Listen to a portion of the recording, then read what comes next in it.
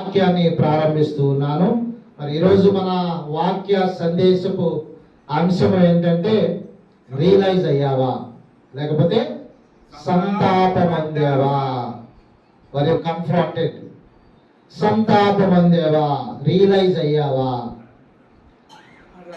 పరిశుద్ధ గ్రంథమును బట్టి చూస్తే పాపము చెయ్యని వారు ఒక్కరు లేరు అని రాజుల మొదటి గ్రంథం 8వ అధ్యాయము 46వ వచనంలోను, అలాగే నీతిమంతుడు లేడు ఒక్కడును లేడని పరిశుద్ధైన పౌలు గారు రోమీయులకు రాసిన పత్రిక 3వ అధ్యాయము 11వ వచనంలోను, ఇలా అనేక చోట్ల దేవుడు తన వాక్యం ద్వారా తేల్చి చెప్పింది ఏంటంటే పాపము చేయని వారు, తప్పు చేయని వారు, నీతిగా జీవించిన వారు ఎంతో మంది ఉన్నారు.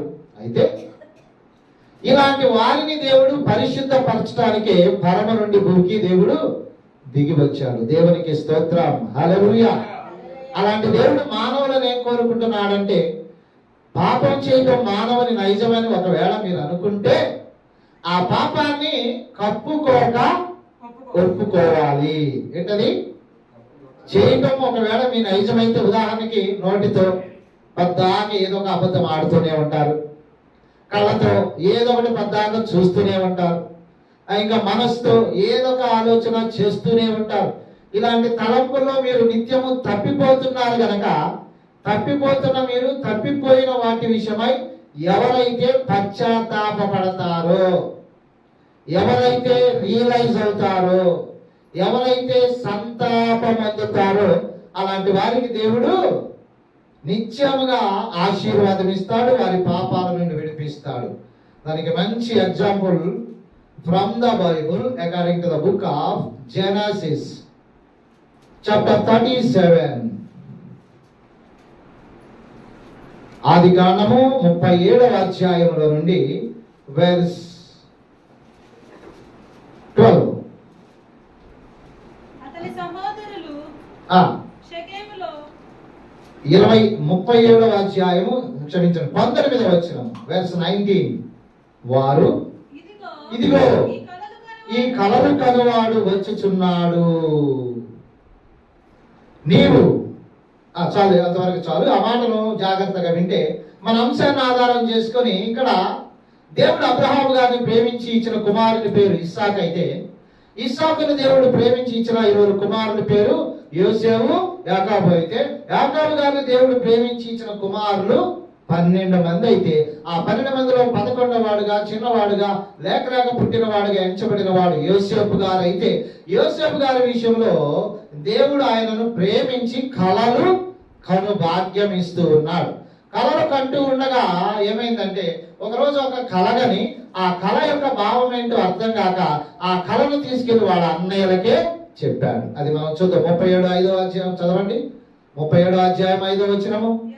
యోసేపు ఒక కలగని తన సహోదరులతో అది తెలియజెప్పగా వారు అతని మీద విన్నారు కదా కళ వచ్చిందని, అన్నయ్యలారా కళ వచ్చింది, ఒక కళ, అదేంటో అర్థం కావట్లేదు, నేను మీతో చెప్తున్నాను వినండి అంటే వారంట ఆ కళను బట్టి యోసేపు మీద పగబడుతూ ఉన్నారంట. అదేంటి బయలుపరిచిన వాడు దేవుడు, ఇలా జరగబోతుంది అనుకుంటా అని నాకే అర్థం కావట్లేదు, నేను చిన్నవాడిని అని అన్నయ్యలతో చెప్తే వారంట ఆ కళను అర్థం చేసుకున్నారో అపార్థం చేసుకున్నారో చూస్తే వెంటనే కోపచిత్తులైపోయి ఇంద్రా నువ్వు గనే కళ అన్నట్లుగా నివారిస్తున్నారంట.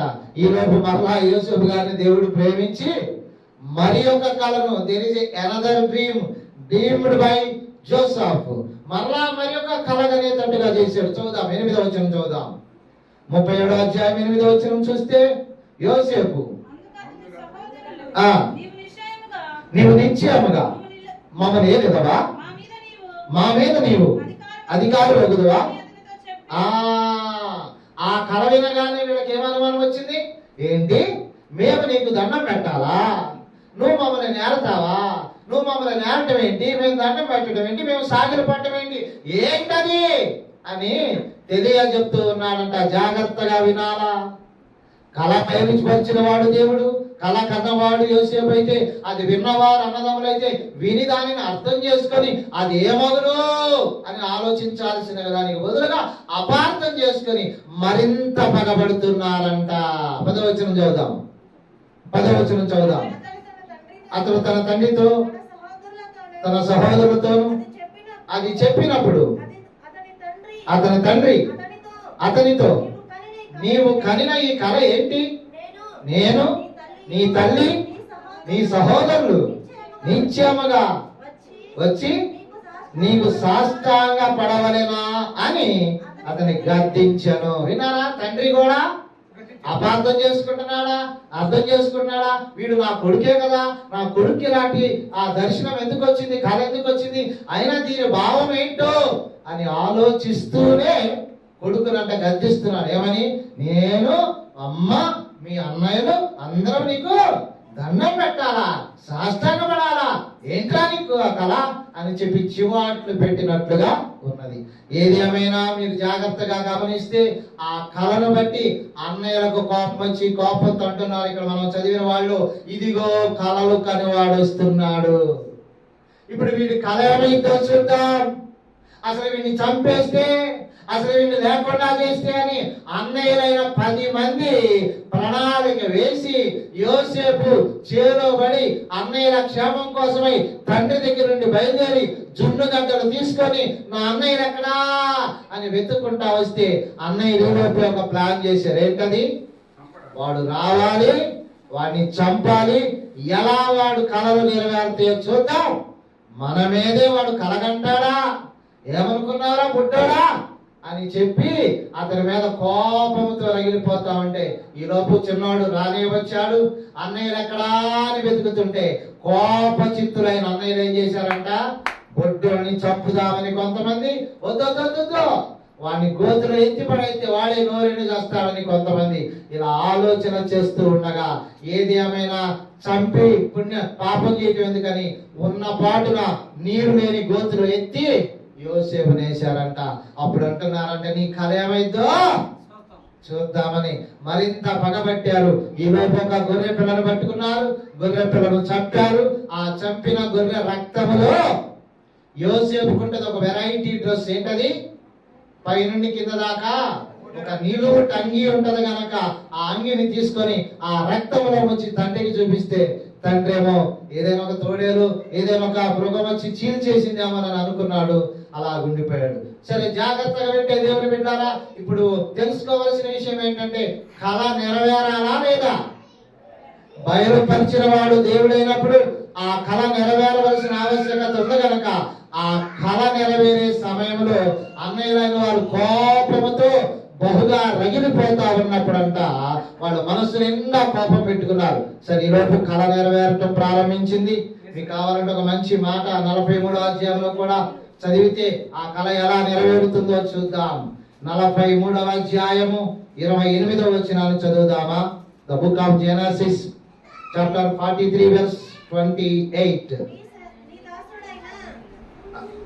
ఆ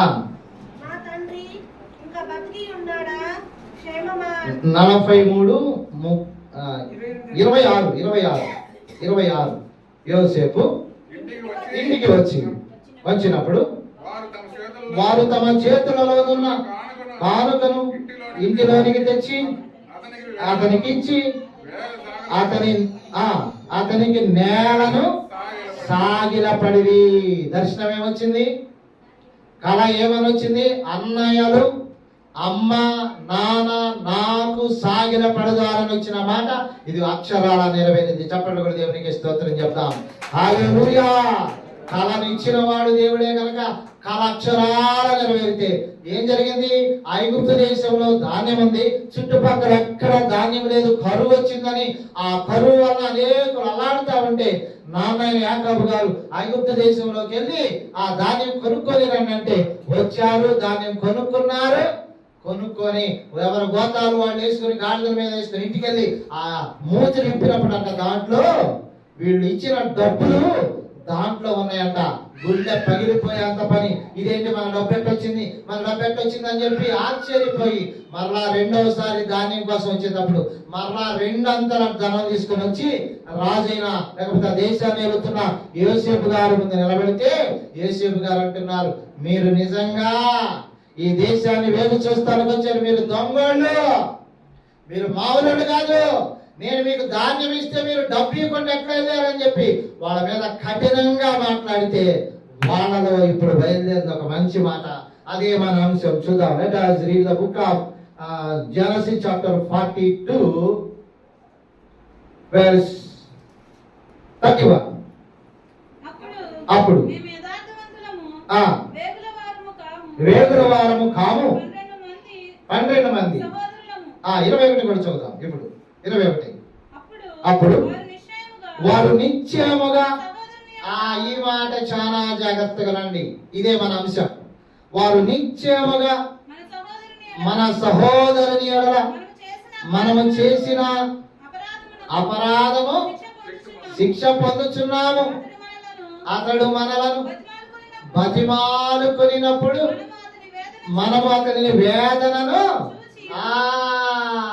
they are trying to remember their wrong doing against Joseph. ఒకప్పుడు యోసేపు విషయంలో ఏ తప్పు చేశారు, ఏ తప్పు చేస్తే ఈ శిక్ష మనకు వచ్చిందో, ఇప్పుడు యోసేపు అనేవాడు ఈ దేశాన్ని ఏలుతున్నవాడు ఎందుకు మన విషయంలో కఠినంగా వ్యవహరిస్తున్నారని they were realizing. వారికి వారే సంతాప పొందుతున్నారు. అయ్యో ఇదేంటి ఇలా అయింది, మనం ధాన్యం కొట్టడానికి వస్తే ఈ రెండు మనల్ని కఠినంగా మాట్లాడుతున్నాడు, దొంగోడు అంటున్నాడు, వేగులవాడు అంటున్నాడు. ఇది నిశ్చయముగా మన తమ్ముడైనా యోసేపు విషయంలో మనం చేసిన తప్పుకే శిక్ష. ఎందుకంటే అతను ఏడుతుంటే వదిలేమా, గోతులు వేసినప్పుడు ఏడుతుంటే వదిలేమా, అన్నలారా అన్నలారా అన్నలారా నాకేం చేయగలండి అన్నలారా అంటే మంచివాడు తిన్నావా, వినకుండా ఉన్న పాటుని ఎత్తి గోతులు వేసాం కనుక దానికి శిక్షే ఇలా మనకు వస్తుందని ఒకడికొకడు కుమిలిపోతూ ఏడుస్తూ ఇది నిజంగా మనం చేసిన తప్పుకే ఈ శిక్ష వచ్చిందని వాళ్ళు రియలైజ్ అవుతున్నారు. చప్పట్లు కూడా దేవునికి స్తోత్రం చెప్తాం. తప్పు చేయడం మానవ నైజమే, నేను కాదట్లా, తప్పు చేయని వాడు ఎవరు లేరు కాదట్లా. కానీ తప్పును దేవుని ఎద్దుకు వచ్చి కప్పుకోక ఒప్పుకోవాలి. ఒప్పుకుంటున్నావా? తప్పు చేయట్లేదని చెప్తున్నావా? ఏకంగా తప్పు చేయట్లేదంటే నువ్వు ఒక పెద్ద అబద్ధికుడు అవుతావు. ఎందుకు? బైబిల్ అంటది తప్పు చేయని వాడు ఒక్కడు లేడు. మరి అలాంటిది నీ జీవితంలో కూడా ఈ మాట విన్న తర్వాత ఎక్కడైనా తేడా జరిగితే ఒప్పుకో, దయచేసి కప్పుకోగాక. ఇంకొక మాట చూద్దామే. 50వ అధ్యాయము, ఇది పూర్తిగా నెరవేరిన అంశాలను చూసి మరి ఒక దగ్గరికి వెళ్తాం. అదే ఆది కాండము 50వ అధ్యాయము చివరి వచనం చదువుదాం. యోసేపు పొందెను,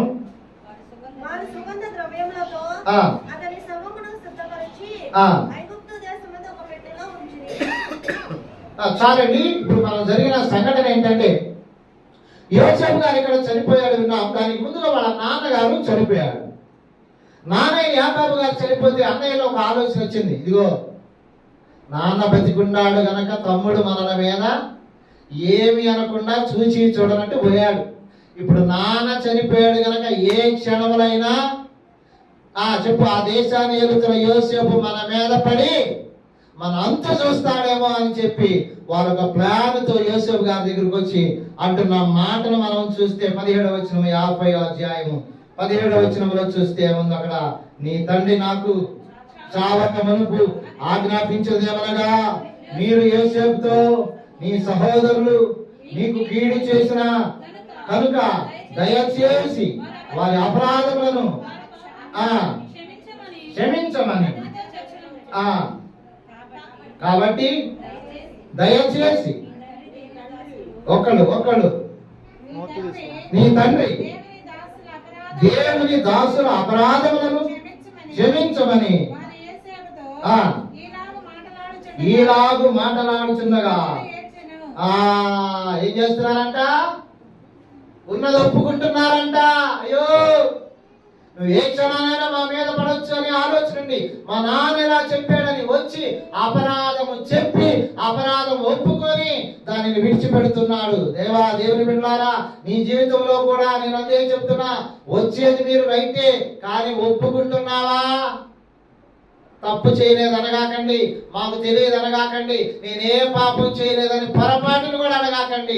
అందరూ నోటితో తప్పు చేసేవారే, అందరూ కళ్ళతో తప్పు చేసేవారే, అందరూ హృదయంలో ఏదో ఒక విషయంలో తప్పిపోతున్న వారే గనక దయచేసి మీ జీవితంలో యోసేపు సహోదరుల వలె తప్పు ఒప్పుకున్నట్లయితే, అందుకే యోసేపు ఎదుట వారు ఒప్పుకున్నందుకు 7 సంవత్సరాలు వారిని ధాన్యం ఇచ్చి వారిని పోషించాడంట. చప్పటి కూడా దేవునికి స్తోత్రం చెప్తాం. ఒప్పుకుంటున్నావా? రియలైజ్ అవుతున్నావా? నీ తప్పేంటో నువ్వు తెలుసుకొని అర్థవంతంగా జీవిస్తున్నావా? సంఖ్యాకాండము 12వ అధ్యాయము 1వ వచనం చదువుదామా? The book of Numbers chapter 12 verse 1. మోషే కూషు దేశపు స్త్రీని పెళ్లి చేసుకొనగా ఉండెను కనుక అతడు పెళ్లి చేసుకొనిన ఆ స్త్రీని బట్టి మిరియాము అహరోనులు అతని విరోధముగా మాటలాడిరి. జాగ్రత్తగా వినండి. 2వ సందర్భం, ద సెకండ్ థింగ్. ఏమిటి సంగతి? ప్రజలను ఏలుతున్న నాయకుడు మోషే గారు.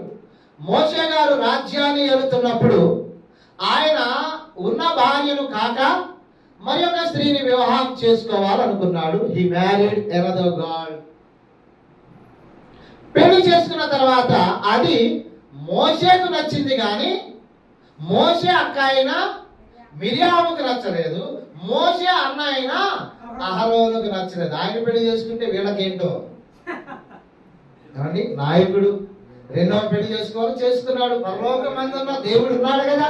కానీ వీళ్ళు ఏమంటున్నారంటే ఆయనకి వ్యతిరేకముగా పోగయి, మోషే నీతోనే దేవుడు మాట్లాడాడా? నువ్వే లీడర్వా? నువ్వే నాయకుడువా? మేము నాయకుడు కాదా అని చెప్పి ఎట్లా పడితే అట్లా మోషేని చడామడా అనేస్తా ఉన్నారు. మీరు జాగ్రత్తగా వినాలా. ఈ మాట అంటున్నప్పుడు అక్కడ మోషే గారు ఉన్నాడు, ఈ మాట అంటున్నప్పుడు అక్కడ అంటున్న మిరియాము గారు ఉంది, అంటున్న అహరోను గారు ఉన్నారు. ఇంకెవ్వరు అక్కడ లేరన్నట్టుగా ఉంది. అయితే విచిత్రం ఏంటో తెలుసా? ఇలా మిమ్మల్ని చూపిస్తున్నారు అక్కడ. విచిత్రం ఏంటో తెలుసా? విచిత్రం ఏంటంటే ఈ మాట అన్నప్పుడు పరలోకమందున్న దేవుడు విన్నాడు. పరలోకమందున్న దేవుడు ఎంత స్పీడ్గా అంటే, మోషే, అహరోను, మిరియాము, మీరు బయటకు రండి, పాడములోనికి రండి, అక్కడ రండి, ఇక్కడికి వచ్చి మీ ముగ్గురు నిలబడండి అంటే ముగ్గురు వచ్చి ఇక్కడ నిలబడ్డారంట. అమ్మో, దేవుడే రమ్మన్నాడంటే ఏదో ఉందా? దేవుడే ప్రత్యేకంగా నిలబడ్డమన్నా అంటే ఏదో ఉందని గడగడలాడుతూ ఉంటా ఉంటే పరలోకము నుండి దేవుడు దిగి వచ్చి ముందు ఏమన్నాడో తెలుసా అండి? 3వ వచనం, తర్వాత 7వ వచనం.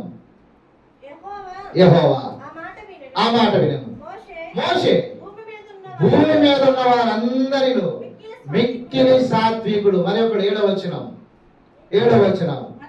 అతడు నా ఇల్లంతటిలో నమ్మకమైన వాడు. విన్నారా? మిరియాము గారు నోరు పారేసుకుంటుంది, అహరోను గారు నోరు పారేసుకుంది. ఎందుకు? ఇంకొక పెళ్లి చేసుకున్నారని. చేసుకుంది ఆయన, ఏలుకునేది ఆయన, చూసుకునేది ఆయన, బాధ్యతలు నెరవేర్చేది మోషే గారు. అయితే వీళ్ళ కోపం వచ్చి నాయకత్వ లక్షణాలు ప్రశ్నిస్తా ఉంటే కోపం ఎవరికి వచ్చింది? పరలోకమందున్న దేవునికి వస్తే అంటున్నాడు మొదట, మోషే మిక్కిలి సాత్వికుడు అని మొదట మాట అన్నాడు. 2వ మాట ఏంటో తెలుసా? అతడు నా ఇల్లు అంతటిలో మీరు నోరు పారేసుకుంటారేంటి అని వారితో మాట్లాడి ఆయన పరములోకి వెళ్ళిపోయాడంట. అప్పుడు ఆయన కోపము రగిలిందంట. అంటే మోషేకి వ్యతిరేకంగా మాట్లాడి నోరు జారిన వారి విషయంలో అప్పటికే ఒక కార్యం జరిగింది. ఏంటో తెలుసా? మిరియాము గారికి కుష్టు వచ్చేసింది. తెల్లని కుష్టు వచ్చేసరికి దానిని చూసిన అహరోను గడలాడుతూ ఏమంటున్నాడో చూస్తే మీకు ఆశ్చర్యంగా ఉంటుంది. 12వ అధ్యాయము 11వ వచనం చదువుదామా? అహరోను, అయ్యో నా ప్రభువా, మేము అవివేకులము, పాపులమైన మేము చేసిన ఈ పాపమును మా మీద మోపవద్దు. అయ్యో, మీ అక్కాయి చూడు కుష్టి వ్యాధి అయిపోయింది, ఇక కొద్దిసేపులో నువ్వు కానీ నా కొరకు నా ఎడల దయ చూపకపోతే నేను కూడా కుష్టి వ్యాధి వచ్చిన వాడని అవుతారేమో.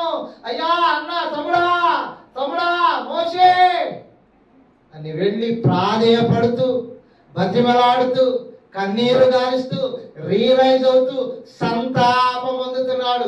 తప్పు అన్నది వాస్తవమే, నీకు వ్యతిరేకంగా మాట్లాడింది వాస్తవమే, నోరు పారేసుకుంది వాస్తవమే. మోషే మోషే మా పాపాలు క్షమించు. ఉన్నారా?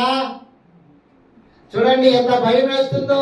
ఆ భయంలో కన్నీరు కాచి తప్పు ఒప్పుకుంటున్నాడు, సంతాప పడుతున్నాడు. మీలో కూడా ఈ వాక్యం వింటున్న తర్వాత ఘోరమైనవి చేసిన వాళ్ళు లేరా? ఘోరమైన మాటలు అన్నవారు లేరా? ఘోరమైన కార్యాలు చూసిన వారు లేరా? అన్నవారు తిన్నవారు లేరా? కానీ నేను అంటున్నాను, ప్రేమతో అహరోను గారిలాగా వచ్చి సంతాప పడుతున్నారా? యోసేపు గారి సహోదరులాగా సంతాప పడుతున్నారా? నేనేం చేశానయ్యా అని ఎదిరించి మాట్లాడుతున్నావా? ఏం చేయలేదా? ఏమి చేయకపోతే ప్రభువైన యేసుక్రీస్తు వారు ఈ లోకానికి ఎందుకు వచ్చాడు? పాపులను రక్షించుటకు క్రీస్తు యేసు ఈ లోకంలోకి వచ్చాడని వాయిపెడితే తప్పు నేనేం చేయలేదంటావే?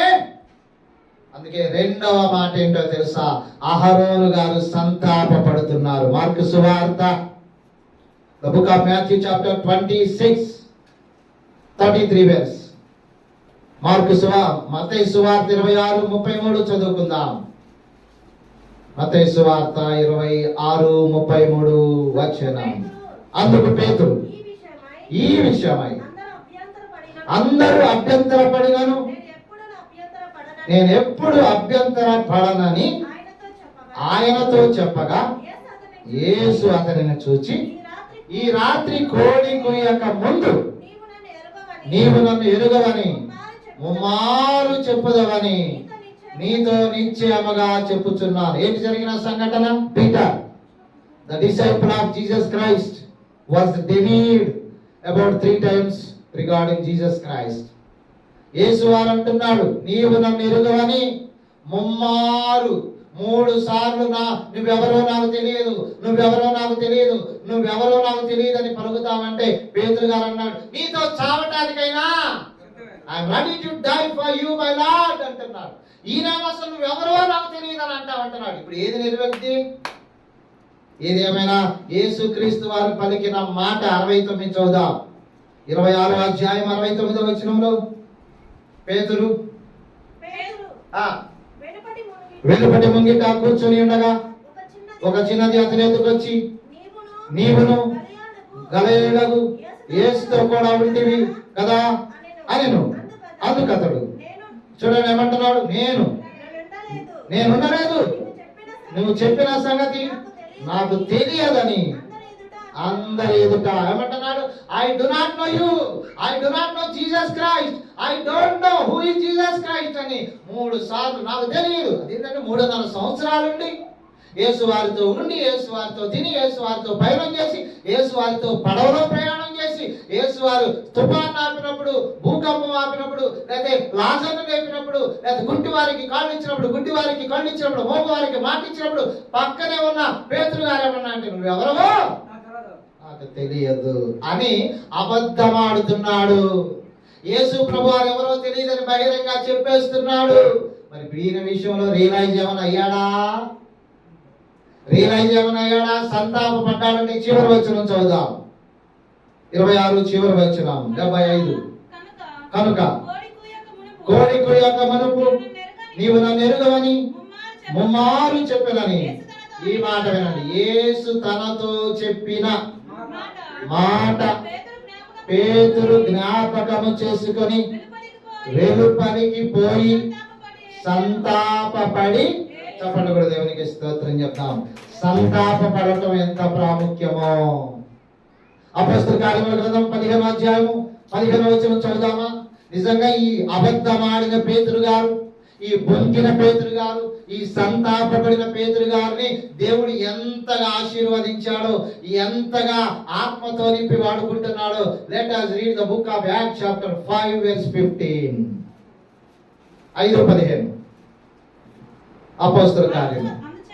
అందుచేత పేతురు వచ్చుచుండగా, అబ్బా వినండి, జనులు రోగులను వీధులలోనికి తెచ్చి వారిలో ఎవరి మీదనైనను అతని నీడైనను పడవలెనని మంచముల మీదను పరుపుల మీదను వారి నుంచి చప్పట్లు కొడదామా?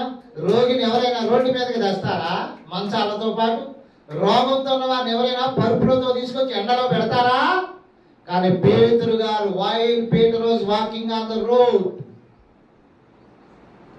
people brought sick people and sat on the floor of the road in order to shed a shadow on the sick people.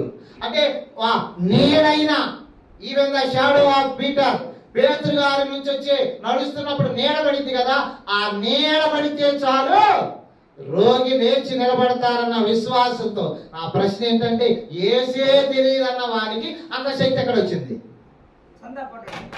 వినాలా? ఇదే మీలో ఎవరైనా ఇప్పుడు కూడా బలంగా వాడబడకపోతే, నేను ఇప్పుడే చెప్పా, బలమైన ప్రార్థన నీలో ఉంటే నిన్ను దేవుడు బలంగా వాడుకుంటాడు.